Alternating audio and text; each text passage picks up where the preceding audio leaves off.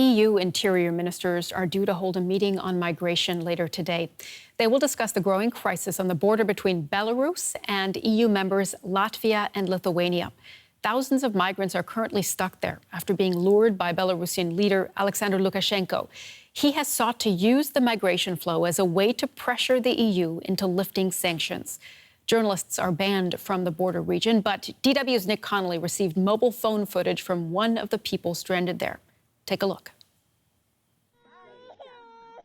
30 men, women and children from Iraq's Kurdish region stuck in no man's land for days and nights at a time under the gaze of armed border guards, Latvian guards ahead of them and Belarusian guards behind them.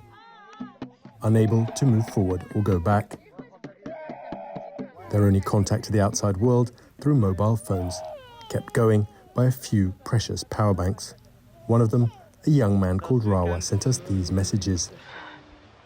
We just need a help because they're so cold and the children, all of them sick and not have milk and not have any food at here. Like thousands of other Iraqis, these Kurdish families believed that Belarus would provide an accessible and, more importantly, safe route to Western Europe, avoiding the risks of crossing the Mediterranean. They entered Belarus legally on tourist visas and made their way to the Latvian frontier. Their aim was to then cross into EU member Latvia before moving on to Germany and other Western European countries. But they were soon stopped by Latvian authorities, as this footage from Wednesday shows. But instead of being taken to refugee camps for processing, they were taken back to the Belarusian border.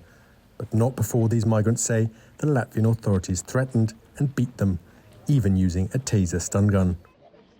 They hitting us by electronic. I don't know what is this name, but this is an electronic thing that's so bad for the humans. They do that with us.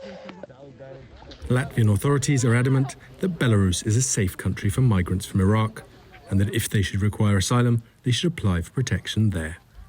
Rather than accept migrants and process them in their own refugee centres, Latvia is attempting to prevent them from crossing the border in the first place, deterring rather than detaining them. Several days into their odyssey, these migrants have, it seems, given up their dream of reaching Germany and just want to go home. Just we want us to deport us to Iraq because we so bad and we so tired and no one help us. But even if they are to be deported, one side will have to blink and let this group leave the border to fly home to Iraq. One thing, though, is certain. When Rawa and his group set out from Iraq, they could hardly have imagined they would soon find themselves as bargaining chips in a much bigger conflict between Alexander Lukashenko's Belarus and the West, of which he and his group understood little until it was too late. DW has asked the Latvian and Belarus border authorities to respond to those migrant claims of brute force mentioned in that report, but neither authority has made a statement yet.